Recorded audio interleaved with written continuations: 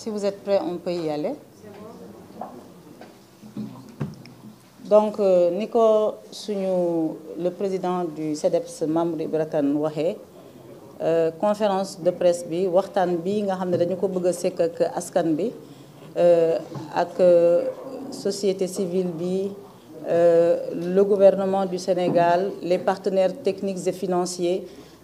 du Sénégal. Donc communication bi dañu koy def ngir wone rek suñu ouverture pour un dialogue apaisé entre les différents démembrements du secteur de la presse. Suñu taxawaay boobu nag ñu ngi koy sukkandi ci appel bi nga xam ne président de la République Bassirou Diomaye Faye lancé woon na ko le 14 août dans le communiqué du Conseil des ministres gannaaw ba ñu amalee la journée sans presse. Le président de la République dafa invité woon à un dialogue rénové avec la presse. Et dans ce sens-là, moom le président de la République dafa instruire woon ñii di ministre de la communication et du numérique ak ministre des finances et du budget ñu xool ak ñi nga xam ne ñoom ñooy waa presse bi nan la ñuy trouver une solution définitive et structurelle ci problème yi nga xam ne moom la ñuy soulever te ñu koy jànkonteel boobu ba léegi. ci wàllu boobu nag ñun waxtaan nañu sekk nañu waxtaan réunion bu am solo ak le ministre des finances Cheikh Diba en présence du directeur général des impôts et domaines de l'époque ki nga xam ne moom la ñu relevé dernièrement muy Ablaye Diagne. ñu tegoon sur la table lépp li nga xam ne moom moo concerné le passif fiscal, le recouvrement des créances, les ruptures de contrat. Moom mu dégluñu quand même avec beaucoup d'ouverture. Et puis ak les services des impôts mu ngi xool nan la ñuy régler situation boobule. Fan yële communiqué nañu ci main levée bi nga xam ne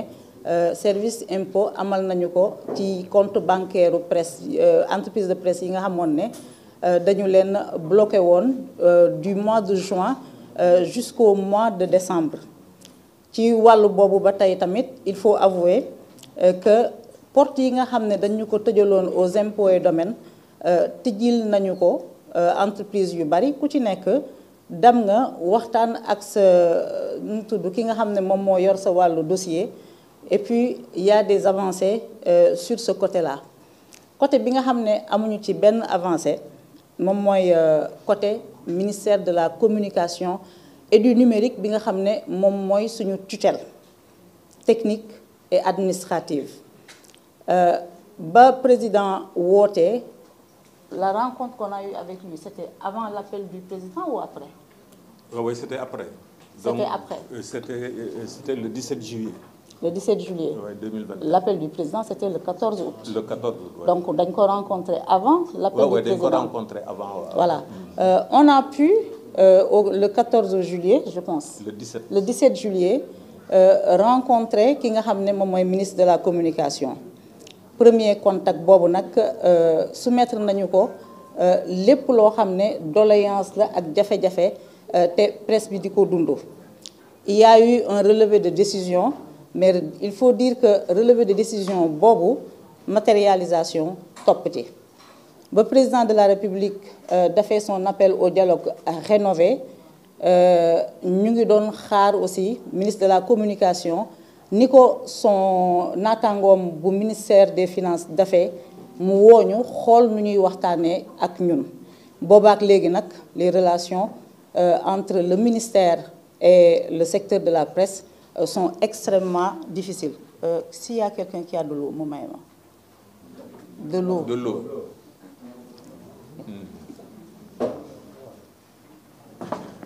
Merci.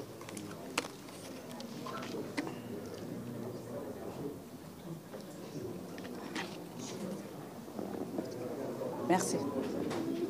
Donc actuellement relation yi ci statu quo la nekk pendant que ñun à longueur de conférence de presse ñu ngi inviter le ministère à un dialogue à des concertations li ñu noté mooy le ministère de la communication moom mu ngi dérouler sa feuille de route moom nag comme que dafay xaar ñun ñu bind ko laaj ko demande d'audience puisque le ministre tient à ce formalisme à la française là, apparemment ils ne sont pas de l'école anglo-saxonne, dinañu ko bind adressé ko une demande d'audience. Le ministère semble dire que le CDEPS n'a jamais mosu ko adressé une demande d'audience. Et si je me souviens, on a décidé lors d'une réunion que ce serait la deuxième demande d'audience bu ñu ko adressé et qui est restée sans suite. Vous me confirmez? Oui, absolument. Voilà. Donc Mamoudou Ibra Kane nee na confirmé na ne am na ñaari demande d'audience yu ñu ko adressé qui sont restées sans suite. Léegi nag comme moom il veut vraiment que ñu jaar ci li nga xam ne moom mooy le rituel administratif, dinañu ko adressé waat une demande d'audience, dinañu sacrifier waat à ce formalisme là administratif et puis toog di ko déglu. Mais en attendant, la situation des entreprises de presse dafa nekk di détériorer wu de jour en jour. Dafa am lu ñu njëkk a faagaagal mu nekkoon la pandémie de la Covid-19. ba ñu jógee ci pandémie Covid-19 entreprise yu baari dañu koo yëg ñi nga xam ne dañ daan ñëw di indi publicité ci ñun sax ñoom tamit dañu koo yëg ba dañoo wàññi li nga xam ne moom mooy seen assiette publicitaire.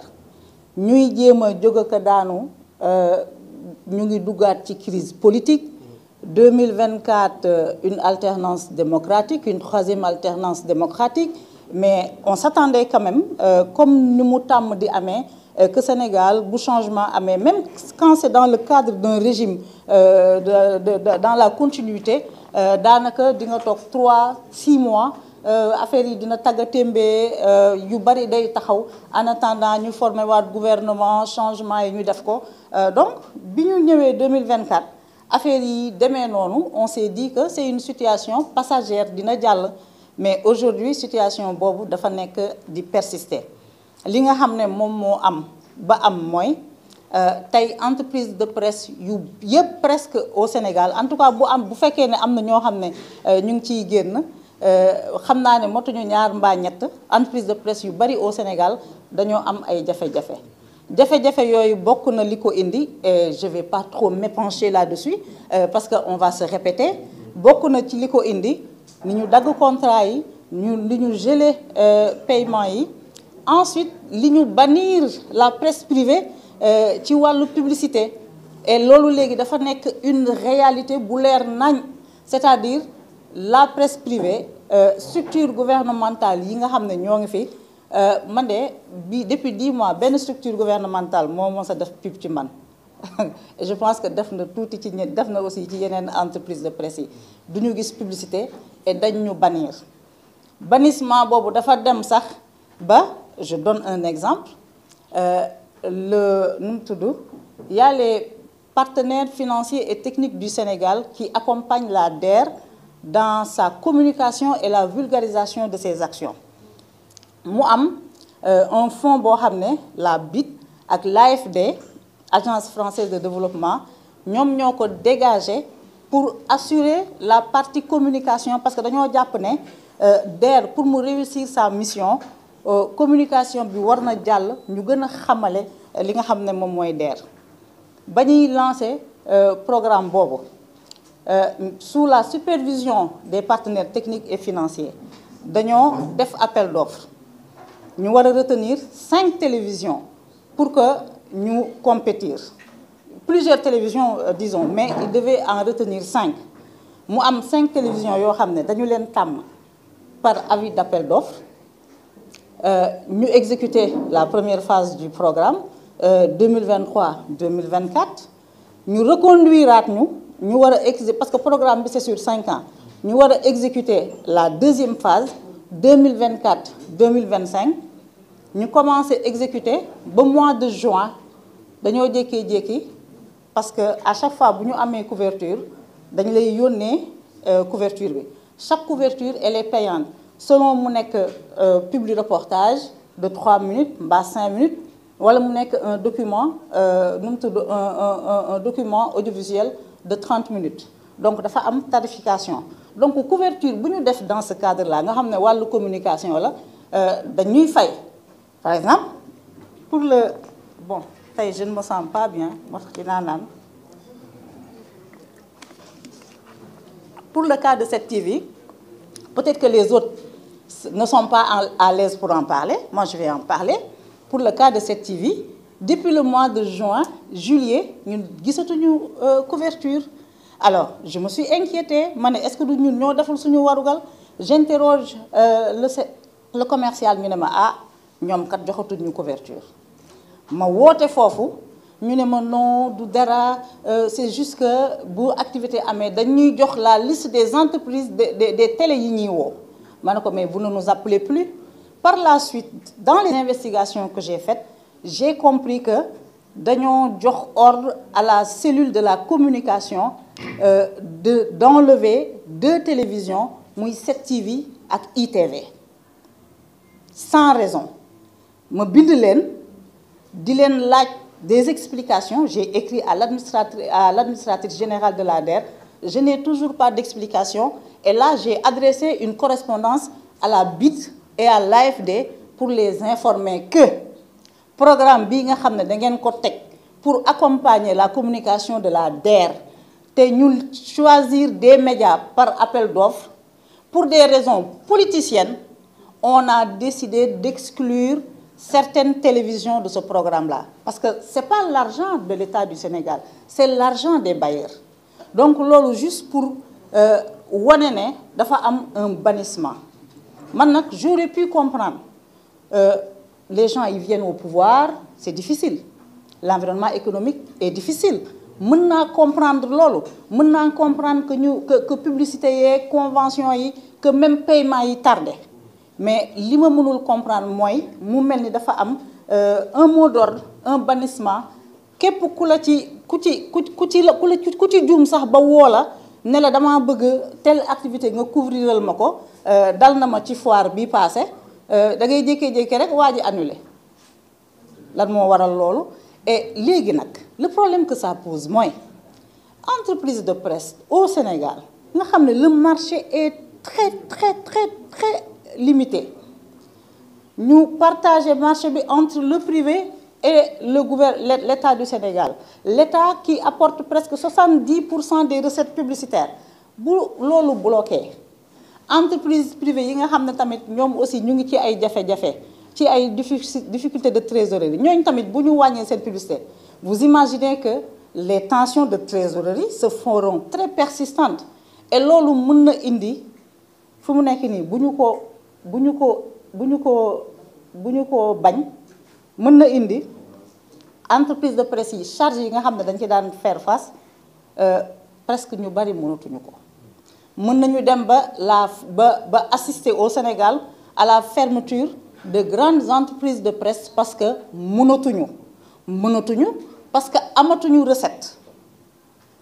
mën nañu dem ba gis et puis gis nañ ko sax une série de licenciements dans le secteur de la presse parce que tamit am na ñoo xam ne moi je pense que boo yenoo dara nga dem ba mënutoo le courage mooy nga waxtaan ak nit ñi xool nan ngeen di trouver solution parce que xëy na ku mënoon 50 xëy na léegi 10 nga mën gaa yaa ngi xool nan la ñuy yemalee li nga xam ne moom mooy seen bëgg-bëgg yi ci fukk yi nga xam ne moom la ñuy dese. J'estime que le gouvernement bi nga xam ne dafa bëgg a promouvoir l'emploi le gouvernement bi nga xam ne dafa bëgg a promouvoir li nga xam ne moom mooy le secteur privé warul toog di seetaan des entreprises de presse di tëj benn par benn te loolu kenn mënu ko justifier comme seen justification politicienne yooyu ñuy joxe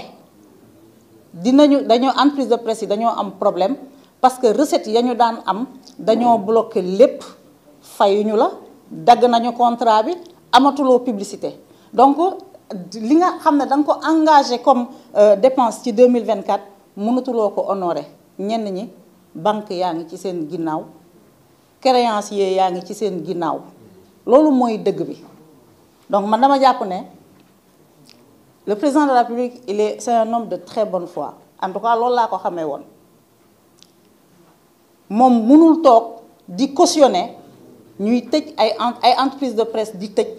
ndax une situation économique précaire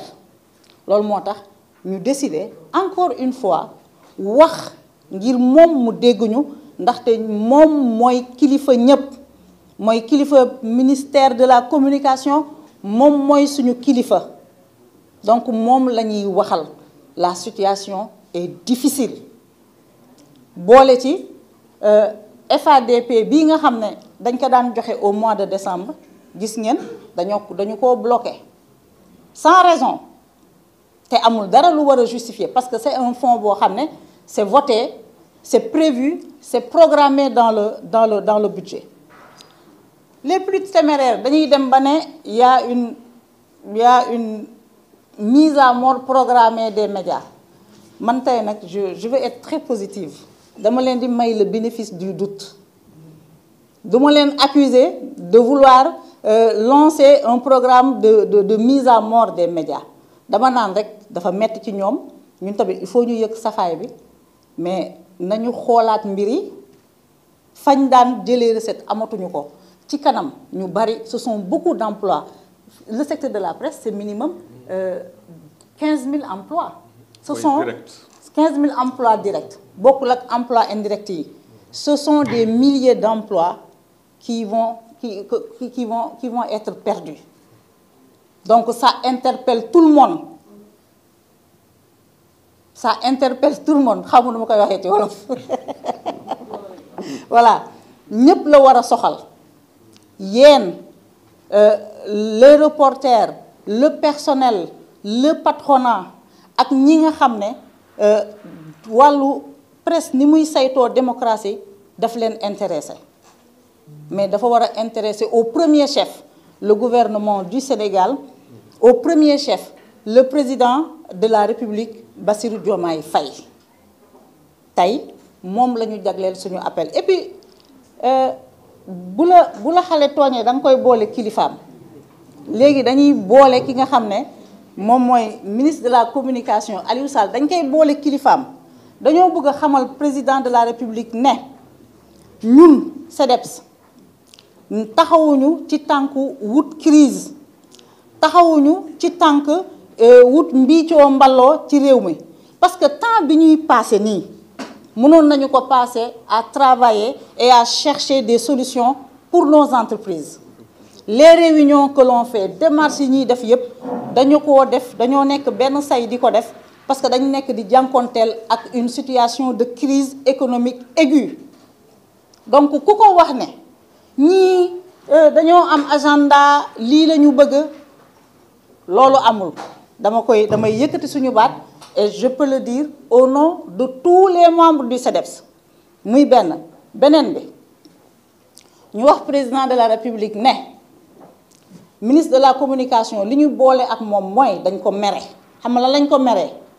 dafa ñëw ci secteur boo xam ne ñun ñoo ko moom parce que les hommes passent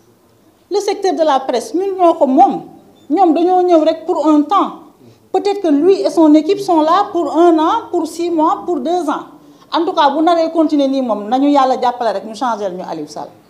bu naree continuer nii mais on ne perd pas espoir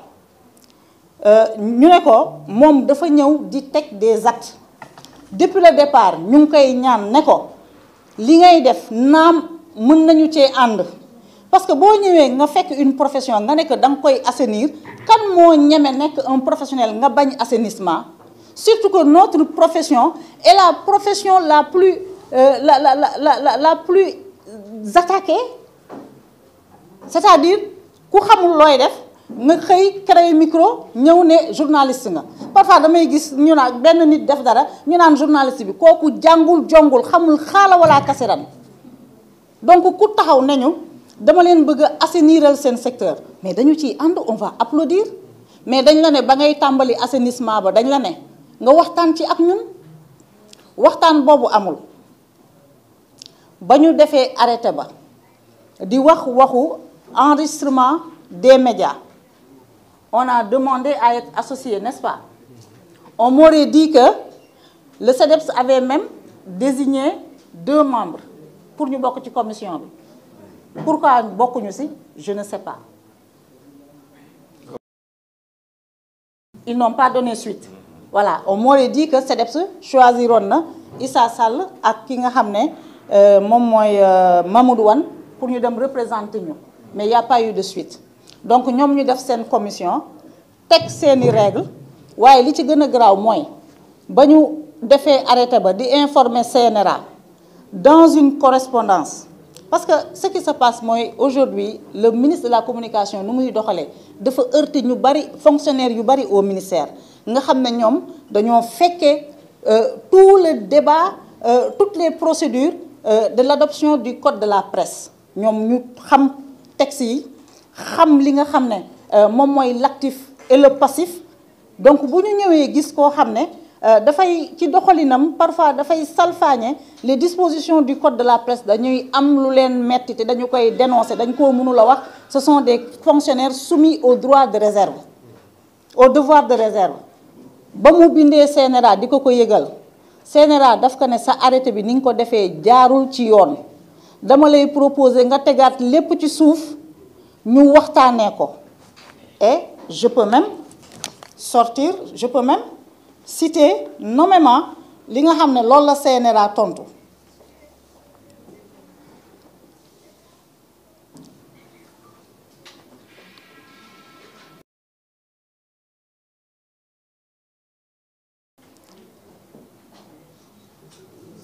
daf CNRA ba ko ministre ba interpellé ci arrêté ba daf ko ne le CNRA signale que le courrier cité en référence n'est accompagné d'aucun document et ne contient aucune information. Non, lii c'est sur les redevances du bi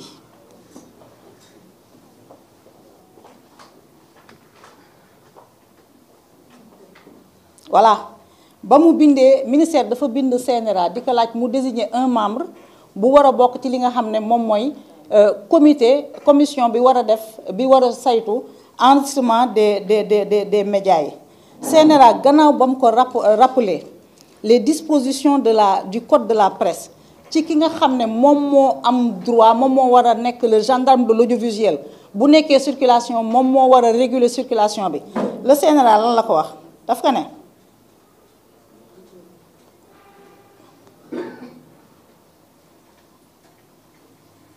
ba mu ko rappeler les dispositions du code de la presse daf ko ne daf koy recommander au ministère de la communication mu rapporter l'arrêté numéro 02 44 62 du 1er octobre 2024 portant création et fixant l'organisation et le fonctionnement de la commission d'examen et de validation de la déclaration des entreprises de presse du Sénégal ou de le reprendre ou de surseoir tout simplement à son application parce que l'arrêté viole de nombreuses dispositions du code de la presse te mën naa citer rapidement quelques dispositions dont l'article 135 bi ne aucun requérant ne peut émettre avant la notification de la décision d'adjudication de la licence et la signature de la convention avec l'organe de régulation maanaam amul benn télévision bu mën a émettre te CNRA joxu la quitus pour nga émettre loolu mooy article 135 mu rappelé waat ko article 134 mu ne ko l'attribution de licence d'exploitation des services de communication audiovisuelle est faite en fonction de la disponibilité des canaux. Les demandes sont adressées au ministre chargé de la communication qui les transmet à l'organe de régulation pour instruction du dossier. Celui-ci requiert l'avis consultatif de l'opérateur de diffusion maanaam TDS. Dossier boo bëggee licence wala canal de diffusion da ngay adresser courrier bi au ministère de la communication mu transmettre ko CNRA moom mu joxe avis et puis daf ci boole ñi nga xam ne ñoom ñooy waa télédiffusion de Dakar du Sénégal. CNRA waxaat ko ne ko à ce jour bépp télévision boo xam ne dafa am une convention avec l'organe de régulation ministère de la communication daf ko war a fournir d'office une autorisation parce qu'il faut dire qu'il y a beaucoup de télévisions. Elles ont beaucoup de télévisions. Elles ont les conventions. Elles ont le quitus et le go du CNRA. Elles ont signé les contrats avec TDS, mais jotuñu sacrifié au rituel de l'autorisation du ministère de la Communication. Donc CNRA ne ko pour remédier à cette situation-là, bépp télévision conventionnée danga ko war a jox d'office. Te ministère dafay teg ay règles ba pare di ko violer parce que CNRA adressé na aux médias un courrier bu ñu naan toutes les télévisions conventionnées nañu dem déposer au niveau du ministère de la Communication une demande d'existence légale en vue de la signature de l'autorisation par le ministre de la Communication, et c'était pour un délai de 30 jours. À l'époque, on avait dit au niveau du CEDEPS, lii daal piège la. Pourquoi est-ce que ñu war a dem di déclarer waat ci ministère alors qu'on a pignon sur rue? Beaucoup de nombreuses télévisions privées, ça fait 22 ans ñu ngi fi. Les télévisions ont sacrifié à ce rituel-là. Donc, le ministre de la Communication dafa ignorer tout ce qui est injonction du CNRA ci wàllu boobu dem teg arrêté am. Cet arrêté ñun songu nañu ko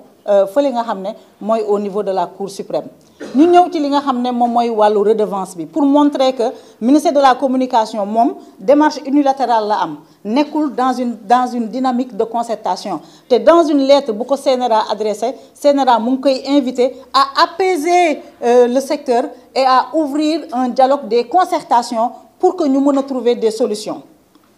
mu adressé ko une lettre di ko naan dafa bëgg a xoolaat li nga xam ne moom mooy redevance yi waa CNRA ne ko redevance yi dañu ko commission tripartite moom moo ko fixé muy ministère de la Communication muy le CEDEPS ak l'organe de régulation balaa nga ciy def dara da nga war a dem laaj l'avis de l'organe de régulation ministère bi xaarul loolu xam nga CNRA bu waxee loolu ça veut dire que CNRA d'accordul ci démarche bi ministère bi xaarul loolu dafa dem génnewaat arrêté am fixé li nga xam ne moom mooy les redevances alors que muy cahier de charge yi ñu signé en 2021 muy convention yi ñu signé en 2021 avec le CNRA dañu ko toog liggéey ko point par point phrase par phrase dañu ko construire brique par brique ça nous a pris presque 1 mois entre ñun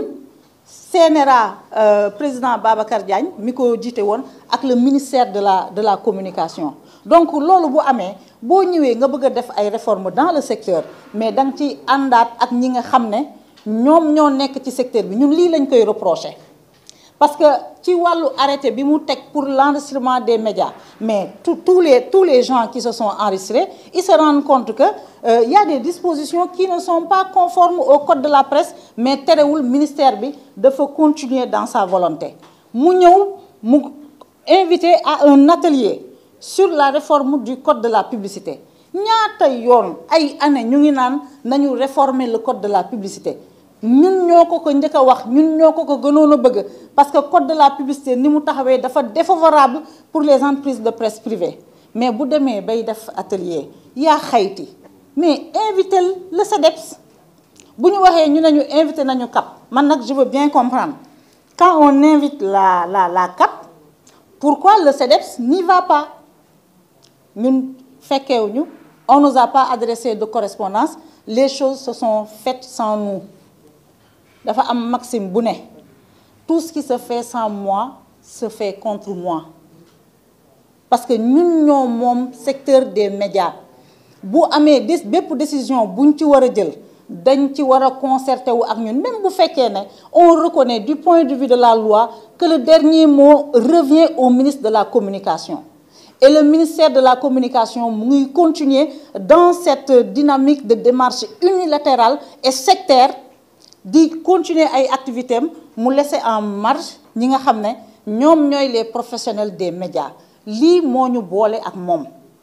ñun ba ñu nee dañ ko adressé demande d'audience ñoom dañ ko weddi nee nañ jotuñu demande d'audience nous on va sacrifier au formalisme à la française ndax ñoom ay France naabe la ñu xam naa dinañ leen bind lettre dinañ ko bind lettre ne ko dañoo bëgg a waxtaan ak yow bu ñu tontoo daañu dem waxtaan ak moom ci njëkk ak teraanga xamal que li nga xam ne moom moo ñu metti ci façon bi mu gérer secteur am bu ñu tontuwul s'il n'y a pas de suite aussi on en informera ñi nga xam ne ñoom ñooy kilifa nguur gi ñu xam ne ñun kat li nga xam ne moom mooy suñu cër def nañu ko ndax ministère bi mënul fekk le code de la presse mu réguler le secteur moom mu ñëw ci taxawaayam ak ci ay jëfam bëgg a déréguler le secteur te ñoom bu ñu demee ci kilifa yi dañ leen di présenter la situation autrement bu ñu demee ci kilifa yi dañ naan non ñoom dañ leen wax ñu enregistré wu ñu bañ bëgguñu respecter le règlement ils veulent continuer à piétiner li nga xam ne moom mooy les textes loolu amul ñun ñoo gën a bëgg a respecter règlement bu ñu woowee ci respecter règlement dañu ciy ànd ak moom waaye ñoom j'ai l'impression que ñoom dañoo ñëw avec un biais genre nu mu tudd les conquérants venus de l'Occident ñëw war ñoo defal une mission civilisatrice dans le secteur de l'audiovisuel. C'est l'impression qu'il me donne parfois, Didier Zoro. Non mais c'est vrai, c'est l'impression qu'il me donne parfois. Yow xamul yéen miinu leen xam nga nit sax mën nañ jël Mamour Ibra Kane bi ñu nommé ko ministre des forces armées. Il a juste besoin d'un temps d'apprentissage. mu commencé xam nan la ñuy toojee commencé xam ràññee grade yi kan mooy général de brigade kan mooy général d'armée. mais ñàkk a xam secteur terewul nga mën a doxal secteur boobule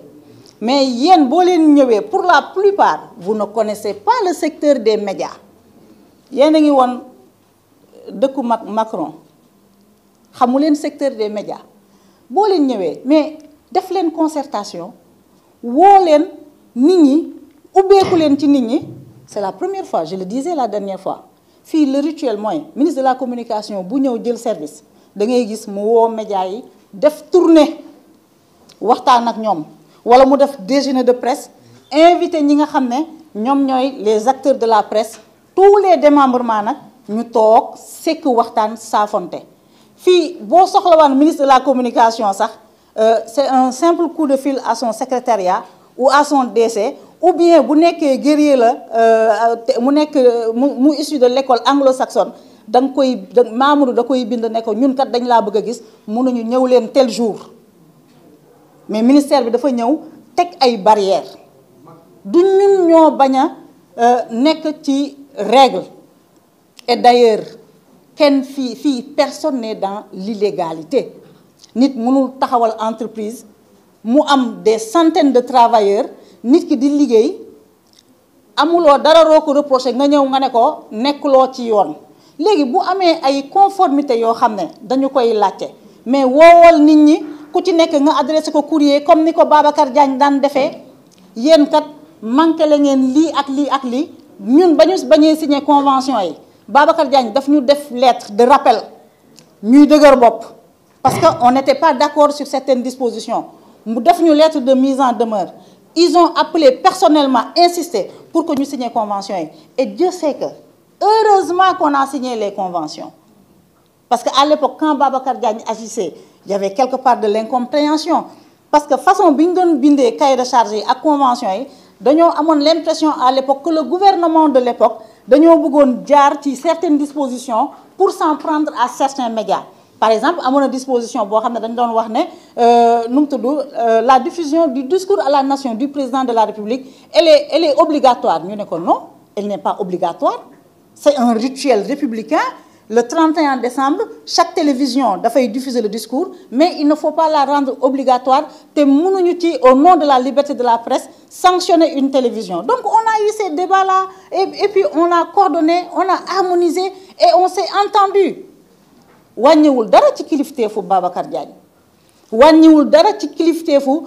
Ablaye Diop ak Moussa Bokar Thiam bi nga xam ne ñoom ñoo nekkoon en poste à l'époque mais ici dafa mel ni ministre bi dafa ñëw bëgg ñu ragal ko mais mënuñu ko ragal déjà journaliste mënul ragal kenn mënuñu ko ragal te mënuñu tiit léegi nga yor sa décret sa puissance publique di signer bëgg a décider de nos vies il y a que le CNRA qui peut bannir un média CNRA rek moo am doole boobu te CNRA bu koy def dafay jaar ci ay textes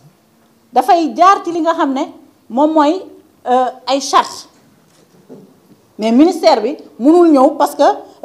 Maïmouna Ndour Faye neexu ko ou bien Maïmouna Ndour Faye ni muy doxalee neexu ko ou bien Samba Diop ni mu mel neexu ko mu bëgg a bannir nit ñi te CNRA wax na ko beneen affaire bi man li ma gën a metti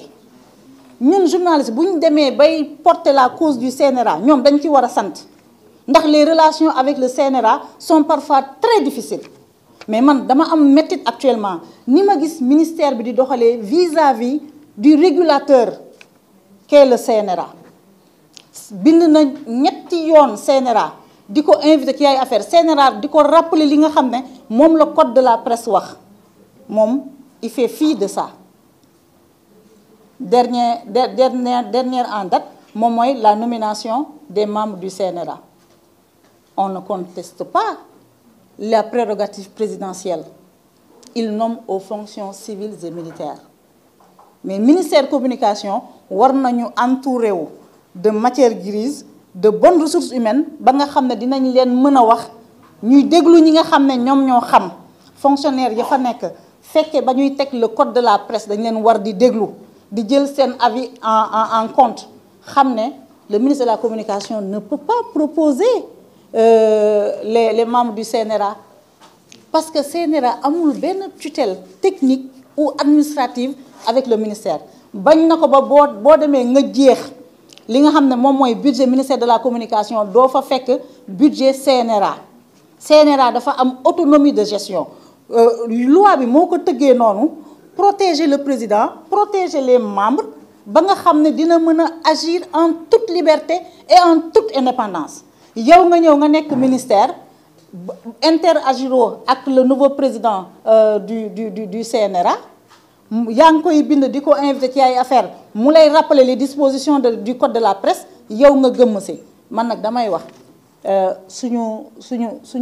suñu mag Mamadou Omar Ndiaye na jël ay responsabilités saa yi bu ñu tollaan ci situation yi muy feu Babacar Touré mi jiite woon CNRA man de moom laa fekkee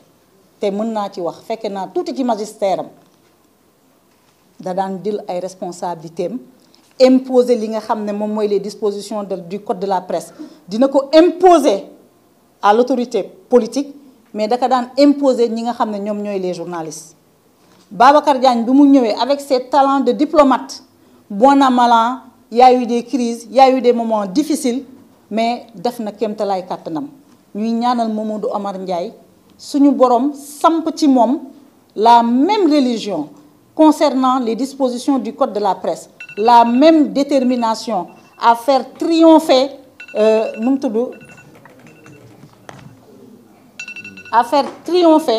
li nga xam ne moom mooy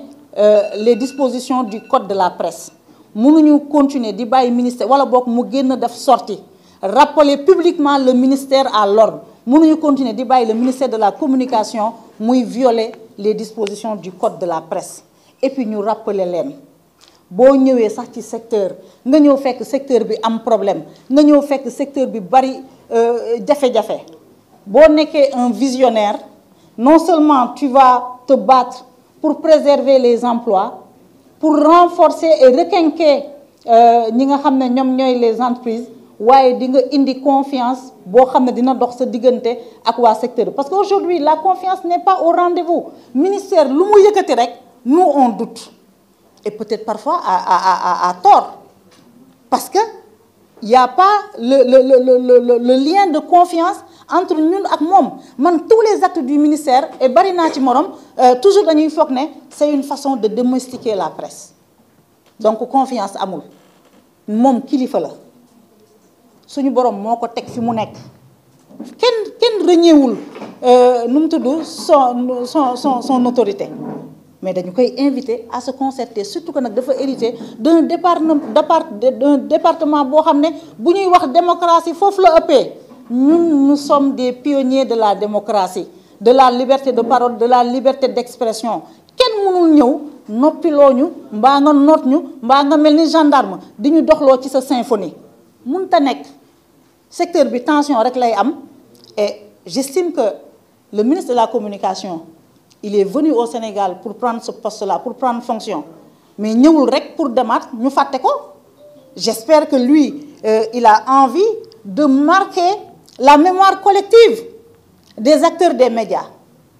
parce que li mu yëkkati nii am na ci lu ci bari lu baax bu fekkoon ne moom daf ci ànd ak concertation ak ouverture ak yaatuwaay mu yëkkati les réformes ànd seeg acteurs yi mais dinañu toog ne ah Aliou Sall de ba mu ñëwee ci département bi vraiment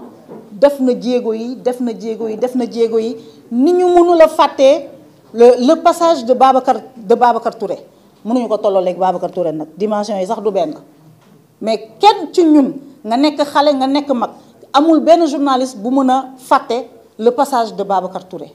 parce que c'est un homme qui a su prendre ses responsabilités qui a marqué le Sénégal en tant que journaliste, en tant que patron de médias, en tant qu'acteur de la presse, mais qui nous a marqué aussi en tant que président du CNRA. Babacar Touré daf lay woo remettre la à l'ordre daf la un rappel à l'ordre nanguwul jël directement sanction mais ministre de la communication boo ñëwee ci secteur na inspiré wu de ces hommes là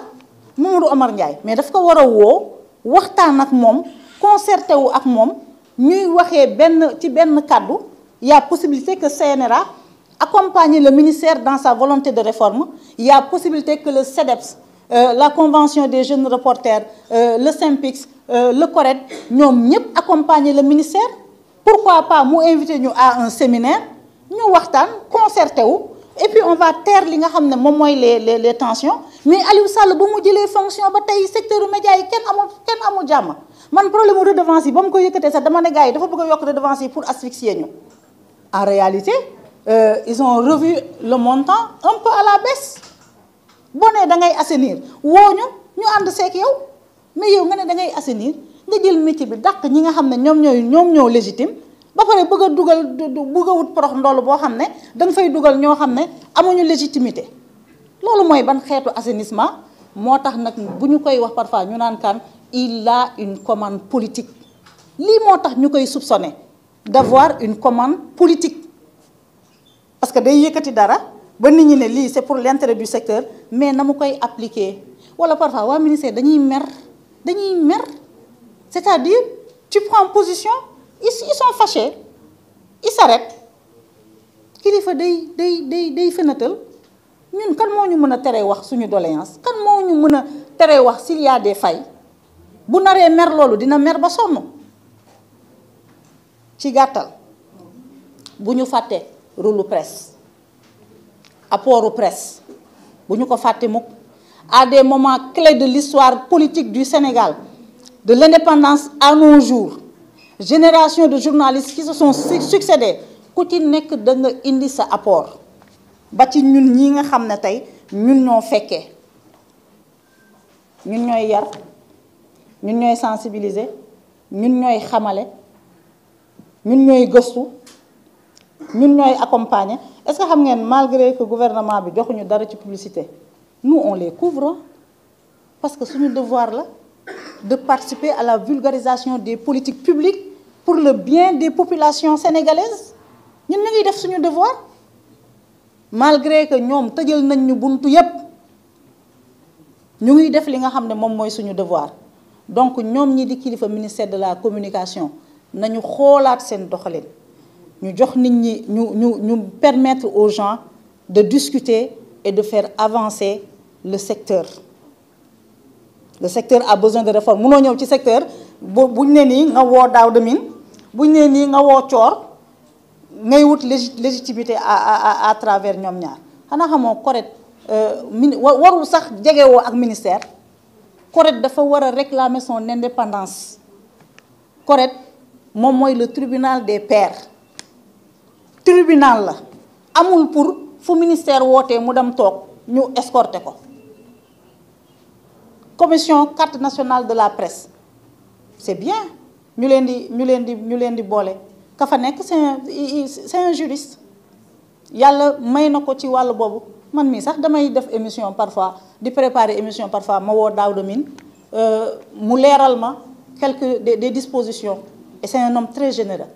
mais ñoom dama leen di inviter lu leen ministre bi boole bu ñu trahir leur père amuñu droit di associé wu ci yenn démarche irrégulière et illégale yi nga xam ne le ministre de la communication da koy jël ba pare di leen utiliser comme caution ñu leen di invité RTS di leen waxloo bu ñu trahir leur père. man munuma ba ma déggee ca commission ba Daouda Mine daf ci bokk sama xel dafa daloon mais je me rends compte que Daouda Mine est sorti pour légitimer les décisions du ministre de la communication du cëram ñoom ce ne sont pas les communicants du ministère nañ ci génn te ku nekk na nga dem téye li nga xam ne moom nga yor. Je n'ai rien contre eux, ce sont des confrères que je respecte, c'est des grands frères yoo xam ne aw ma dara lu ma leen di wax mais dama leen di rappeler à l'ordre nañu bañ a légitimer les coups fourrés du ministère. Président de la République nag moom mii kilifaam lii la ñu jotee ak ministre de la communication bu ñu woowee concertation suba ñu dem wuyu ko dans le respect de son rang et des lois et des règlements établis te mu bàyyi di mer. bu ma defee sorti mënuloo gaañ nit ñi nga ne nit ñi du ñu yuuxu. Tu trouves les gens dans leur métier, tu les blesses dans leur dignité professionnelle. Après, tu veux que ces gens-là continuent à te sourire. C'est pas possible. Au moins, à défaut de pouvoir l'enlever de là où il est. Mais on va parler, ñun wax la ñu am lan lañ mën ci moom wax dénoncer informer ñi ñu war a informer ñu xam ne le ministre de la communication yoon bu mu jël baaxul te Aliou Sall nag wallaay bu subaa lay comprendre on lui a fait faire beaucoup d'erreurs. Je le lui dis. On lui a fait faire beaucoup d'erreurs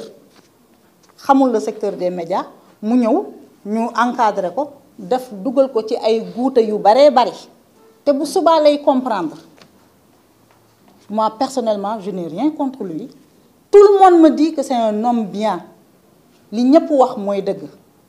donc bonte boobu ñooñu gis ci moom ñun nañu ko wan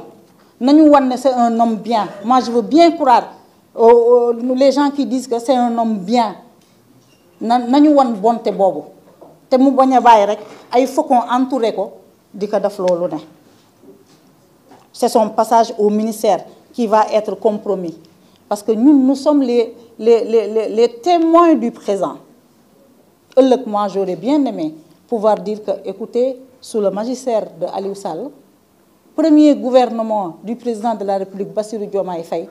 on a connu les plus grandes avancées dans le secteur des médias. Moi, j'aimerais bien dire ça. Et je ne désespère pas de pouvoir le dire un jour. Parce que moi je suis honnête et transparente dans ce que je dis. Si je japonais, tay wa CDEPS, bu ñu nekkoon ci lu leen neex, ma japp ne le ministre il est dans son rôle. Il est dans son bon droit. Xëy na ñun dafa am ñu bëgg jouer. Moi, je me démarque. damay démarqué wu dem vers moom mais pour le moment moi je ne me démarque pas je suis solidaire des actes posés par le CDEPS et je rassure les journalistes situation médias yi dafa tëddee noo xam ne ku ci nekk parfois da ngay am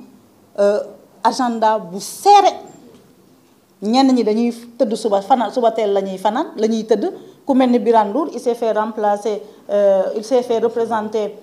par monsieur Wane le manager général de TFM, Nafi du groupe Leral, mon ami Pedro Ndiaye, point Actu, alors Sidibé de la presse, Soumaré pardon, de la presse étrangère, Pauline Cham des médias. Loolu moo tax parfois ñenn ñi duñu mën a ñëw on comprend les agendas ñi nga xam ne ñoom ñoo disponible dañuy ñëw mais tout le monde est solidaire des actes légaux posés par le CDEPS. Arrêté ba la ñuy yóbbu fële nous sommes tous solidaires ñun ñëpp ñoo décidé ne dañuy songu arrêté bi parce que l'arrêté est illégal. C'est important de le dire. Au lieu nag que ministère bi ñuy jéem a wut les voies et moyens de diviser la corporation Aliou Sall ci mbaax bi ko ñëpp di waxal na boole corporation bi. Personne ne peut créer ici un patronat plus légitime que le CDEPS. CDEPS, c'est le seul patronat légitime à ce jour. Quel mënul contourner CDEPS? Tous les organes sont représentés, sont membres du CDEPS. Bâti les organes du privé. C'est bien du public. C'est bien mu am benn effervescence ci secteur des médias gars yi constitué wu en association mais ñi constitué wu en association yëpp ils sont membres du CEDEPS. C'est ce que je pense que j'ai fait le tour. Tu as trop bien fait le tour. Voilà. Merci. ñu leen di jaajëfal. S'il vous plaît, vous avez des questions? Ah? Il n'y a pas de questions. Ok. Attends, parle.